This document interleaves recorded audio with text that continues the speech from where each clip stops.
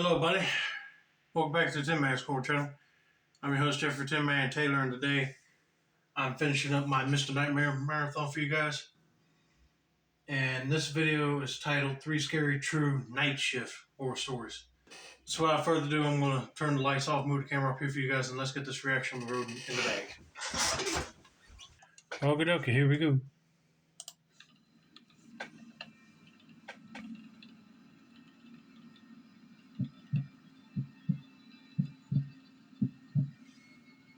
My name is Cadence. I work the closing shift at a small dive bar in the quieter part of my town. Okay. The place is right off the highway, but the parking lot also has a back entrance that's available to the general town. It's nothing fancy, just a dimly lit spot where the regulars know each other by name, and the jukebox has been playing the same rotation of classic rock for years. Most of our customers are locals, truckers passing through, and the occasional lost tourist looking for a stiff drink. I like it though. The routine is predictable, the tips are surprisingly decent, and I've learned how to handle the usual bar crowd. The talkers, the flirters, the quiet drinkers, and the ones who just want to be left alone. Weekends are obviously a lot more hectic, but the thing about working during the week is that I'm expected to work my night shifts alone. I don't even get a bar back to pop in now and again. Yeah, it's obviously easier work and slower during the week, but I miss the company of my coworkers. I tend to be pretty vigilant during my shifts because we do get the occasional bar fight considering the kinds of crowds we attract. Yeah, that's the thing. I do not want to be in a bar or working in a bar because you always get the rough crowd. People come in and then they want to start breaking bottles and fist fighting each other. So I can see why this person wants to be vigilant on what they're doing just to make sure nothing happens. That's why I clocked the guy immediately. It was sometime after 1 in the morning on a Tuesday when he walked in. If I had to guess, I'd say he was in his late 40s, but he was extremely clean cut and well groomed. Not the kind of look you'd expect from a guy his age in an area like this. He was wearing a black turtleneck underneath a black trench coat. Definitely well dressed, but casual about it. I'm not sure how to explain it, but he had this aura of sophistication about him that makes you think of money. Real money. Not the loud look at me kind.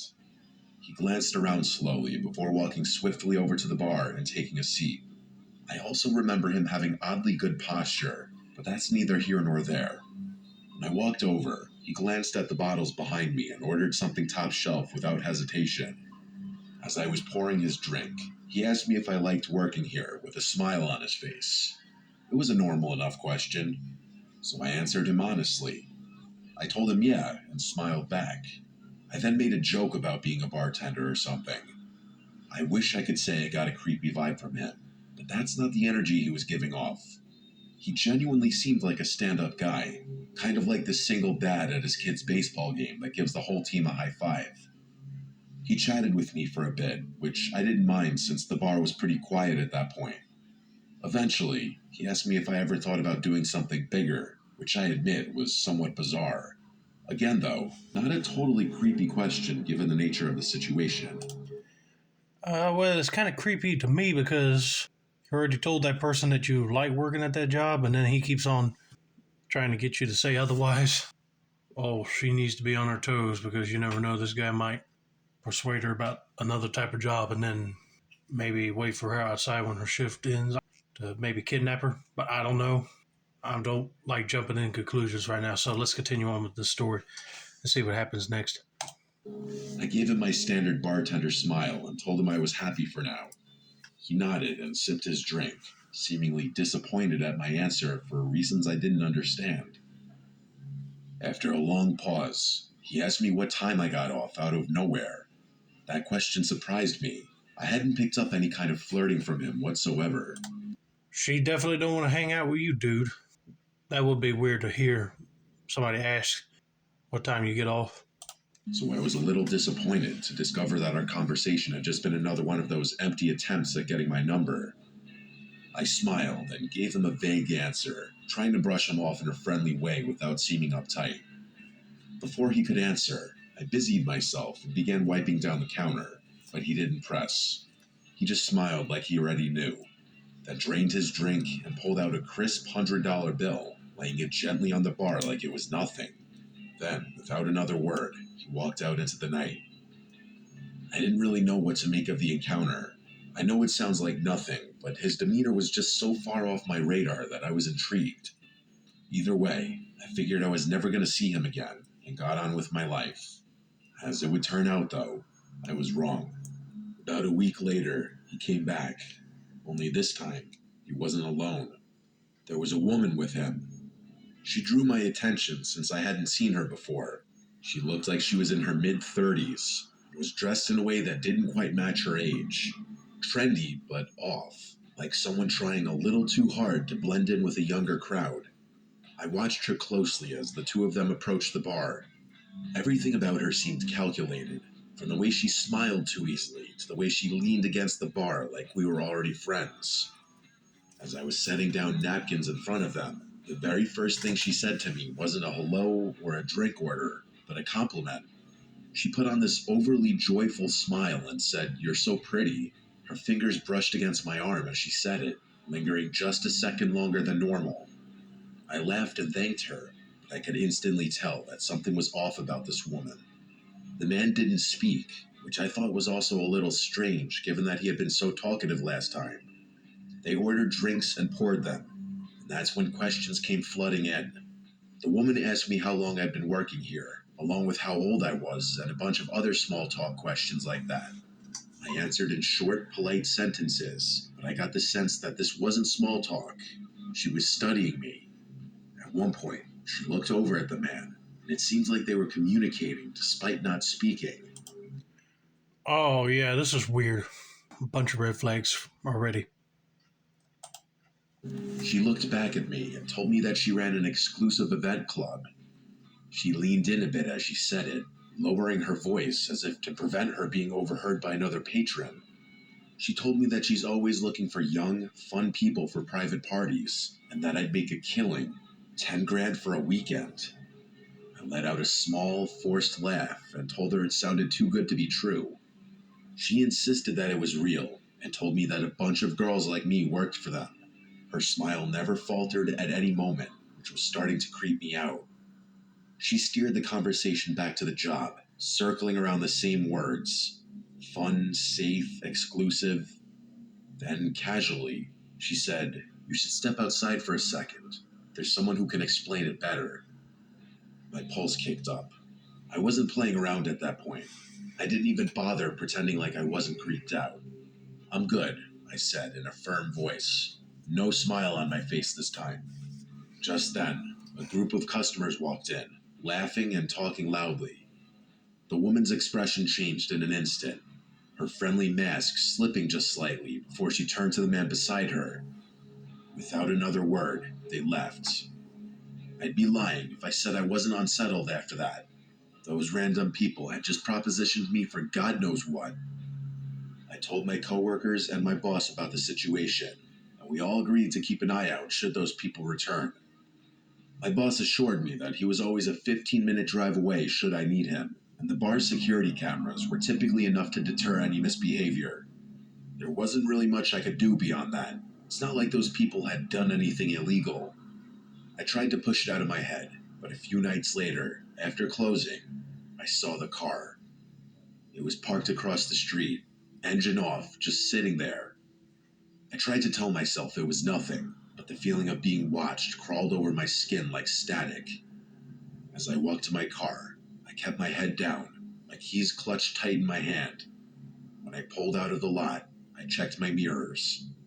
The car followed. It stayed back just enough to avoid suspicion, but every turn I made, it was still there. I took a random turn onto a side street, and it followed. Another, still there. I started freaking out internally. I knew it was them. I forced myself to stay calm, to think. Then, without hesitating, I navigated and pulled into the parking lot of a police station, gripping the wheel so tightly my knuckles practically turned white. The second I pulled in, the car sped off. Nothing happened after that for a while, but I knew it wasn't over. It turned out I was right. It was a slow weekday shift, barely anyone coming in. By midnight, I was wiping down the counter, half thinking about closing early, when the door creaked open. It was the woman. I immediately sent my boss a text as inconspicuously as I possibly could. I looked back up, and the woman was staring at me with that same artificial smile. She walked slowly to the bar and sat down with her hands folded neatly. I was debating just telling her to leave when she said, "Thought I'd come check on you." My stomach started twisting, but I did my best to hide it. I told her we were about to close and that she had to leave, but she made this pouty face and asked for just one old-fashioned. I thought about denying her, but I figured pouring the drink would stall her long enough for my boss to arrive. So I turned around and got started, trying to keep my cool. And then I heard it. The soft, unmistakable click of the front door shutting. I whipped around. The woman was gone. I felt this awful pit in my stomach as I stepped toward the entrance. Through the glass, I saw it. A black van idling just outside. Without thinking, I locked the door as quickly as I could. But then, metal rattling from the back door. Someone was trying to get in. I didn't think. I grabbed the heaviest thing I could, a metal shaker, and clutched it like a weapon as I dialed 911 with my other hand. This couple would not take no for an answer. Try to follow her back to her place where she lived at, probably to kidnap her, you never know. But I'm glad she pulled into the police department because they wouldn't stop there. And they had the nerve to show up after nobody was there, just her. Oh yeah, they're not done with her. There was no way the police would get there in time, so I thought about making a run for it out the front door, but I didn't for whatever reason. I was bracing myself for a fight when I saw headlights pulling into the lot. It was my boss. The sounds on the back door suddenly stopped, and a few seconds later, the van pulled out of the lot with a screech. I embraced my boss and told him what had happened, and he said he had gotten the license plate of the van as it was leaving. When the cops arrived, my boss reviewed the security footage with them. It was worse than I had imagined. Just before the woman left, the cameras had captured two masked figures crouching near the front door, waiting. There was another person in the back who was banging on the door with his fist, clearly trying to flush me out to the front. It was downright horrifying. To make matters worse, the plate number my boss had caught turned out to be unregistered. It's been quite a while since this incident, but no progress has been made. The only good news to come out of the whole thing is that my boss doesn't make me work alone anymore. Despite that, I'm still extremely uneasy anytime I'm scheduled for a night shift. I still question how they knew I'd be working alone. It doesn't make any sense. Even now, I often think about what would have happened had I given in to fear and run out the front door. Oh, she ran out the front door. Them guys probably would have grabbed her and put her in the back of the van. Hate to even think about it, but probably use her for sex trafficking. You never know. And a plate that is unregistered. I wonder how in the world that is even possible, because if you get a vehicle, then it goes through DMV and then you get your plate and everything. So unless they had connections to get a false plate, you never know. That is weird.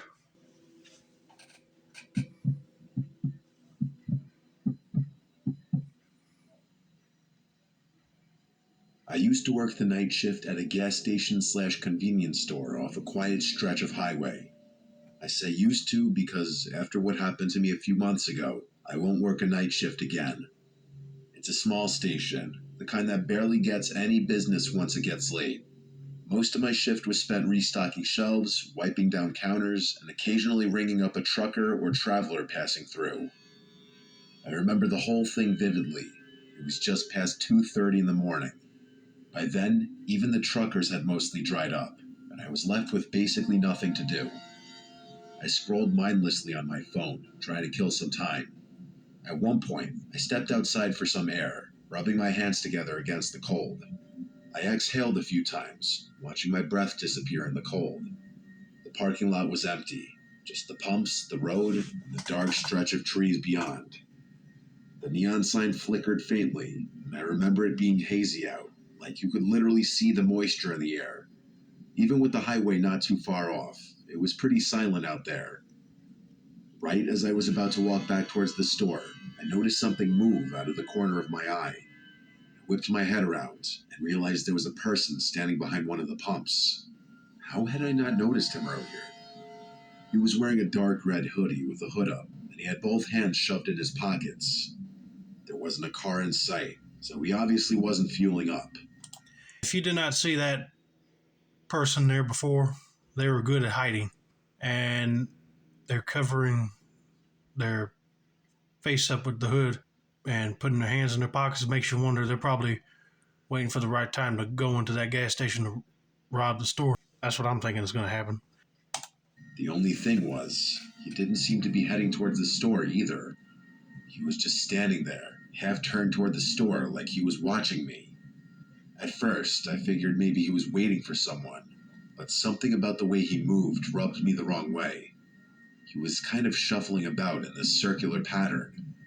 I entered the store, but made sure to keep an eye on him through the glass. I kept track of him while pretending not to, hoping someone would drive up and pick him up or something.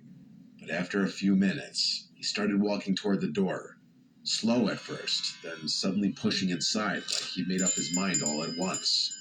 He walked up to the counter, but didn't say anything right away, just stared at me like he was sizing me up. Then, in a rushed, almost rehearsed way, he muttered that his car had broken down just before the pumps. He said he needed a jump, or maybe just a little gas to get to the next town. I'm calling BS on that. First of all, if you needed gas, where's the gas tank that you brought? And secondly, why'd you not come in there earlier when there was more people?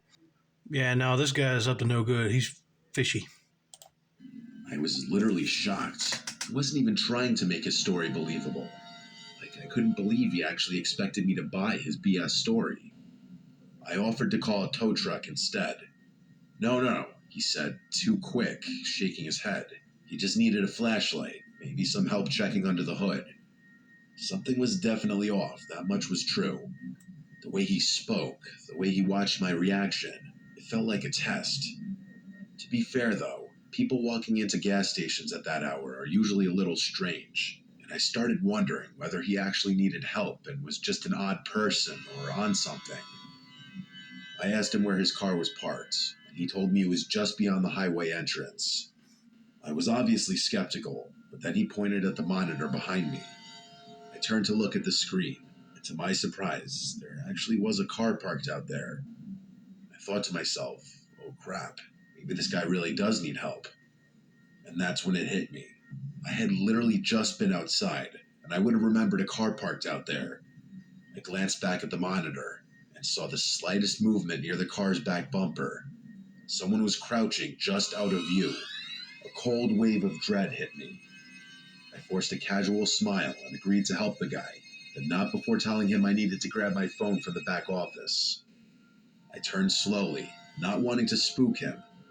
But the second I was out of his direct sight, I slammed my hand onto the emergency panic button under the counter. The alarm went off instantly, screeching through the store. I expected him to attack me, but what he did instead was even more unsettling. His nervous energy disappeared. No more fake urgency, no more shifting from foot to foot. He actually relaxed. His whole body language shifted, and then he smiled. Not a panicked smile, not an embarrassed one either. A slow, knowing grin, like he had all the time in the world, like this was amusing to him. I was in shock. I didn't even have time to get physical with him. In one fluid motion, he turned and bolted. I ran to the monitors just in time to see both of them take off. Not toward the car, but into the woods behind the station. The car just sat there, engine off, headlights off. No one inside. By the time the police arrived, it was exactly as I saw it. The car was still there, but the men were gone. No footprints leading away, no sign of them anywhere. And then one of the officers pointed something out. Something I hadn't noticed before. The front passenger door was open. There had been a third person inside the whole time.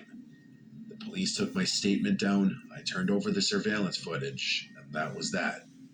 A few days later, they followed up with me. They had the car towed and ran the plates. Turned out, it had been reported stolen nearly a week earlier, over 100 miles away. No one had come forward to claim it, no reports of missing persons, no other crimes linked to it, just an abandoned vehicle in the middle of nowhere with no explanation. That was months ago, and still nothing. I don't know why convenience stores are such popular targets, but I can say for sure that I will never work another night shift again. I knew it. If he had somebody behind the bumper of that car, it was a trap. Just to lure her out there thinking that they needed help, and then, he would get up and knock her over the head and possibly robbing the store, but also kidnapping her in the process. I don't know. But I'm glad that she didn't get hurt.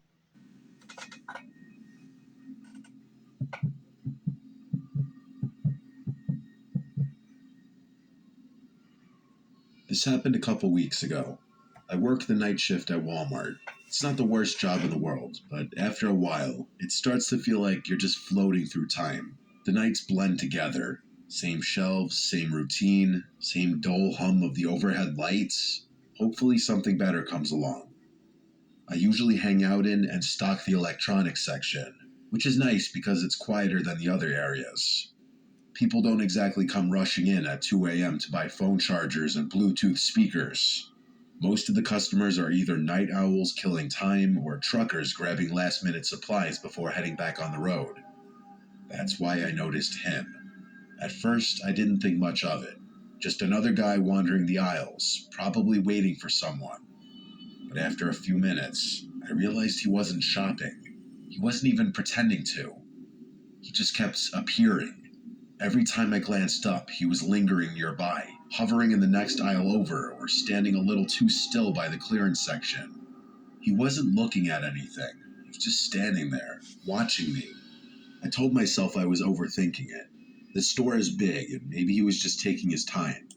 I would be thinking that too, but then why would he be looking at one single employee? You know what I mean? That's just fishy.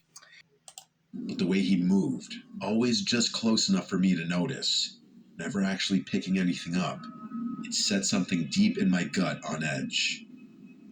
I was waiting for him to just get on with it and ask for my number, but he never approached me.